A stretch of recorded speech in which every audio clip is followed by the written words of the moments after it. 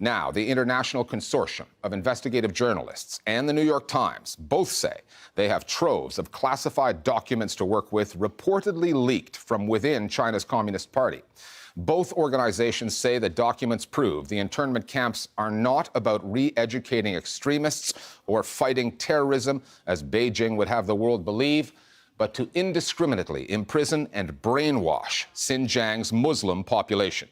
In response, China has borrowed a phrase or two from offshore, calling the leaks fabrications and fake news. But as new evidence emerges, Beijing's narrative is proving increasingly difficult to defend. It's exceedingly rare for classified Chinese government documents to come to light. The last time there was a leak of this kind was, to my knowledge, in 2001 with the leak of the Tiananmen Papers. This is an unprecedented revelation because the Chinese government, under the ruling Communist Party, have been one of the most secretive entities around the world. These new documents blow the CCP's narrative out of the water. There's no more denying, no more hiding. It's basically game over for Beijing's propaganda in Xinjiang. The leaks represent a quantum leap in our understanding of what is unfolding in Xinjiang, human rights violations on an historic scale. What the Chinese government has produced, what the International Consortium of Investigative Journalists and the New York Times have published, is basically a how-to manual. How to incarcerate as many as 1 million Uyghurs and other ethnic minorities. How to deprogram them of their Muslim culture. How to reprogram them, meld them into the larger population of Han Chinese. How to hide the story from the outside world, and when exposed, how to spin that story by calling the prison camps vocational training centers, where people can learn job skills and are supposedly free to leave. The very first section talks about anti-escape measures, police guards, locking doors, complete camera surveillance. Even though we kind of knew about this, I was very struck by the intensity at which this was described in the document. The other really notable insight, it talks about how confidential and sensitive the so-called vocational training work is. Meaning the Chinese government itself was really trying to shroud the whole campaign in a cloud of secrecy. It had a strategy of denial, and the classified document clearly confirms this strategy.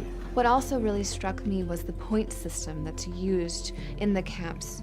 So inmates are graded according to their behavior and also according to their test scores. So they're required to study Chinese language, to study Chinese communist ideology and Chinese law, and then they have to take exams.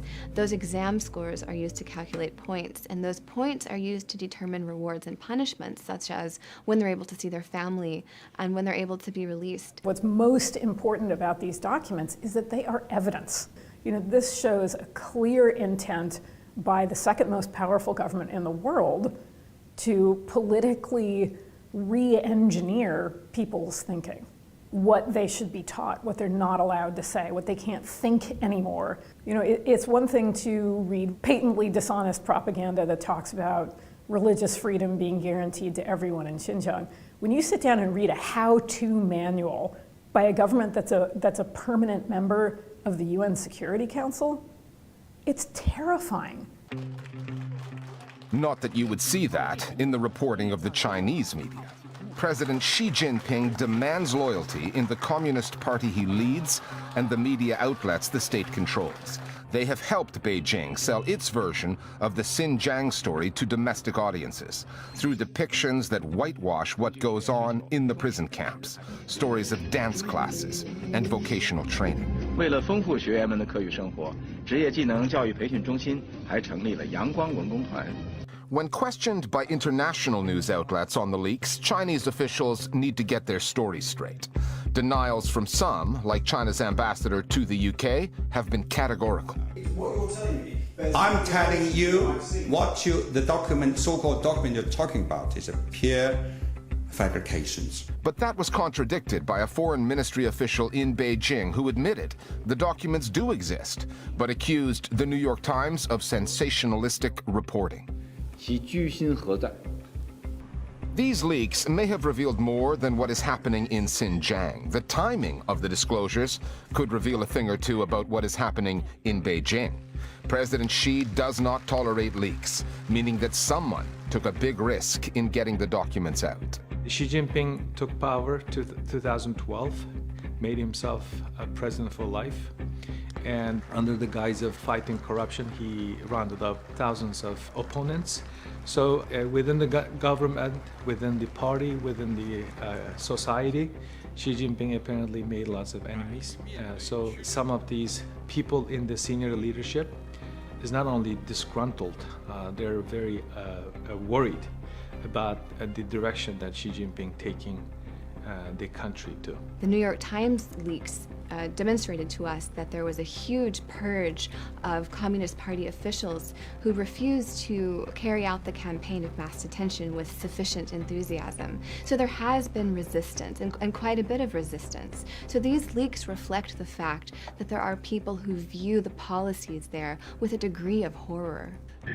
The outside world has been seeing a different version of the same story, one that has come out in bits and pieces through satellite imagery, captured, uploaded, and interpreted from abroad, and occasional testimonies from Uyghurs who had been interned but have made it out. These new leaks don't just fill in the blank spots in the international reporting. These highly classified internal government cables And destroy Beijing's shifting narrative on Xinjiang. They have exposed how the Chinese authorities are using technology, predictive policing, to control the region, a possible sneak preview of what other states will be doing soon.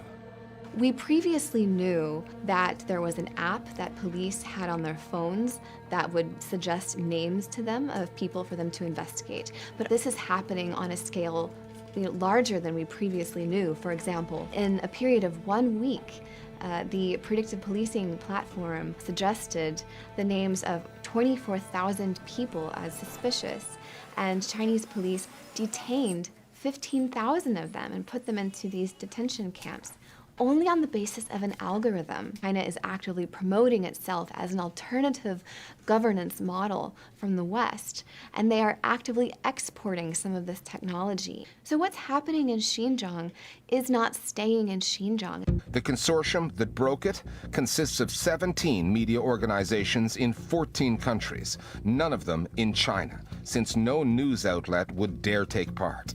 The consortium would have known that going in, that the impact of its journalism would not be felt in Xinjiang or even Beijing, not unless it has an impact elsewhere first, in the long list of countries that do business with Xi Jinping's China. Government officials around the world cannot say that they did not know. Now they know. We have evidence. And the documents that we have seen should be on the desk of politicians, legislators, and more importantly, prosecutors who go after war criminals around the world. Chinese government can continue to deny existence of not only the documents but also the camps, but the world leaders who call themselves guardian of democracy and human rights cannot do it anymore. This is the time to act.